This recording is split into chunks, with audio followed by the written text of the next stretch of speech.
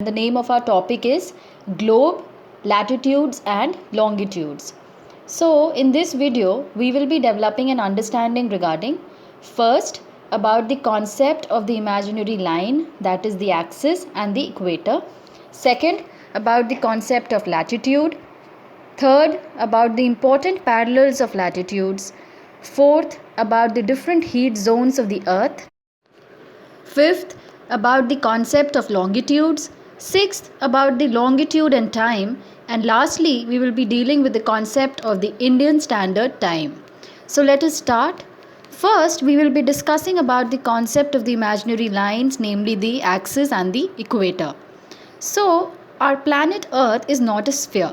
It is slightly flattened at the north and the south poles, and it bulges in the middle. To describe the location of a point on a sphere like Earth, we need certain points of reference and lines to find out the location of different places. Hence, to understand the certain points of references and lines to find out the location of places, we need to imagine the globe.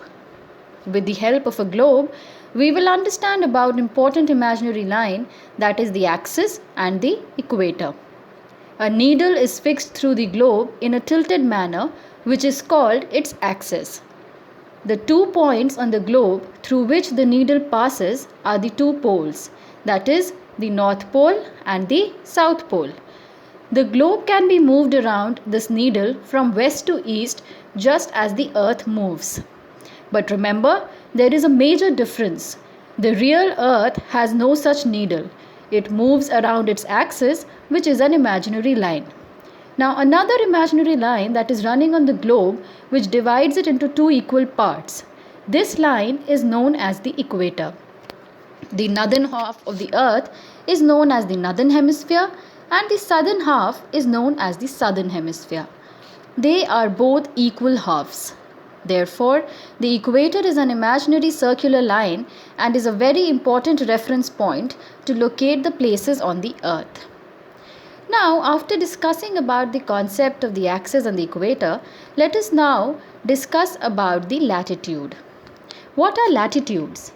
So, all the parallel circles from the equator up to the poles are called the parallels of latitudes.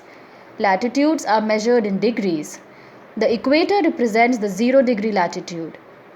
Since the distance from the equator to either of the poles is 1/4 of a circle around the earth, it will measure 1/4 of 360 degrees, that is 90 degrees. Thus, 90 degrees north latitude marks the North Pole and the 90 degrees south latitude marks the South Pole. As such, all parallels north of the equator are called the north latitudes. Similarly, all the parallels south of the equator are called the south latitudes. The value of each latitude is therefore followed by either the word north or south, which is generally indicated by the letter N or S. For example, both Chandrapur in Maharashtra, that is India, and Belo Horizonte in Brazil, that is in South America, are located on the parallels of about 20-degree latitude. But the former is 20 degrees north of the equator and the latter is 20 degrees south of the equator. We therefore say that Chandrapur is situated at 20 degree north, that is 20 degree N latitude, and Belo Horizonte is situated at 20 degrees south, which is also called as 20 degree S latitude. As we move away from the equator, the size of the parallels of the latitudes decreases. Now, some of the important parallels of latitudes which one must know are the following. Now, apart from the equator, that is 0 degree, the North Pole, that is 90 degree north, and the South Pole, which is 90 degrees south, there are 4 important parallels of latitudes.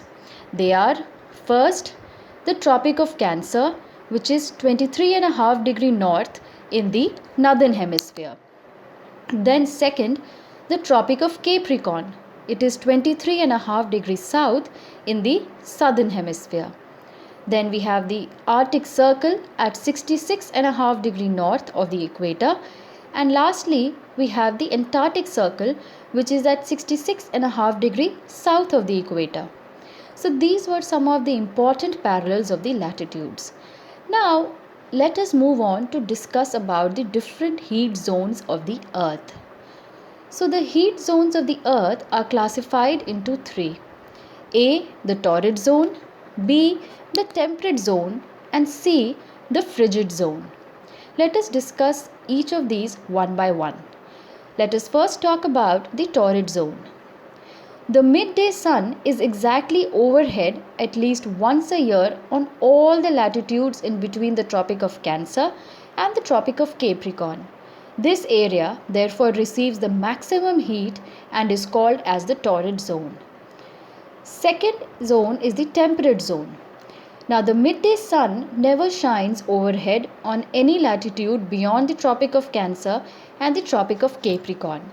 The angle of the sun's rays goes on decreasing towards the poles. As such, the areas which are bounded by the Tropic of Cancer and the Arctic Circle in the northern hemisphere and the Tropic of Capricorn and the Antarctic Circle in the southern hemisphere have moderate temperatures. These are therefore called the temperate zones. And finally, about the frigid zone. Now, the areas which are lying between the Arctic Circle and the North Pole in the northern hemisphere and the Antarctic Circle and the South Pole in the southern hemisphere are very cold. It is because here the sun does not rise much above the horizon. Therefore, its rays are always slanting and it provides less heat. These are therefore called the frigid zones, and they are very cold. So after discussing about this, let us move on to discuss about the concept of longitudes. So to fix the position of a place, it is necessary to know something more than the latitude of that place. For example, the Tonga Islands in the Pacific Ocean and the Mauritius Islands in the Indian Ocean are situated on the same latitude, that is 20 degrees south. Now, in order to locate them precisely, we must find out how far east or west these places are from a given line of reference that is running from the North Pole to the South Pole. Now, these lines of references are called the meridians of longitude, and the distances between them are measured in degrees of longitude. Each degree is divided into minutes and minutes into seconds. They are semicircles, and the distance between them decreases steadily polewards until it becomes zero at the poles where all the meridians meet. Unlike the parallels of latitude, all the meridians are of equal length. Thus, it was difficult to number the meridians. Hence, all the countries decided that the count should begin from the meridian which passed through Greenwich, where the British Royal Observatory is located. Thus, this meridian is called the prime meridian. Its value is 0 degree longitude, and from it we count 180 degree eastward as well as 180 degree westward. The prime meridian and 180 degree meridian divide the earth into two equal halves, that is, the eastern hemisphere and the western hemisphere. Therefore, the longitude of a place is followed by the letter E for east and W for west. It is, however, interesting to note that 180 degree east and 180 degree west meridians are on the same line. So after discussing about the concept of longitude, let us now talk about the longitude and time. The best means of measuring time is by the movement of the earth, the moon and the planets. The sun regularly rises and sets every day, and naturally it is the best timekeeper throughout the world. Local time can be reckoned by the shadow cast by the sun, which is the shortest at noon and longest at sunrise and sunset. When the prime meridian of Greenwich has the sun at the highest point in the sky, all the places along this meridian will have midday or noon. As the earth rotates from west to east, those places east of Greenwich will be ahead of Greenwich time, and those to the west will be behind it. The rate of difference can be calculated as follows.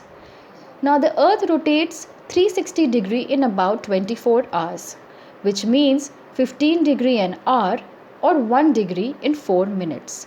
Thus, when it is 12 noon at Greenwich, the time at 15 degree east of Greenwich will be 15 into 4, that is 60 minutes, which comes to 1 hour, and that is 1 hour ahead of Greenwich time, which means 1 p.m.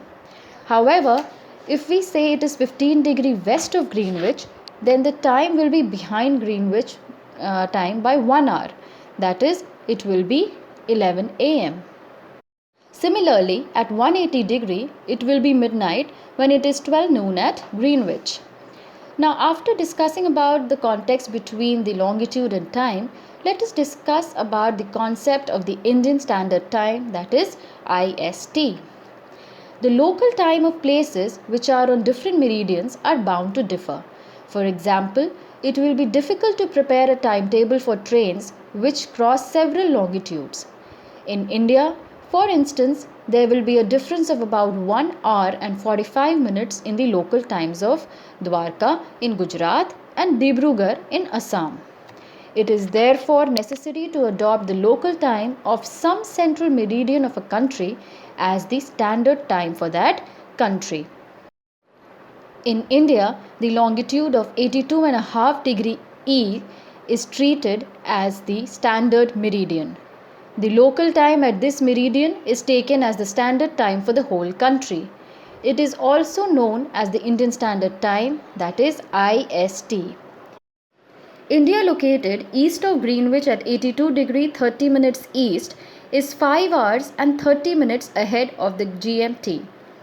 Some countries have a great longitudinal extent, and so they have adopted more than one standard time. For example, in Russia, there are as many as 11 standard times. The earth has been divided into 24 time zones of 1 hour each. Each zone thus covers 15 degree of longitude.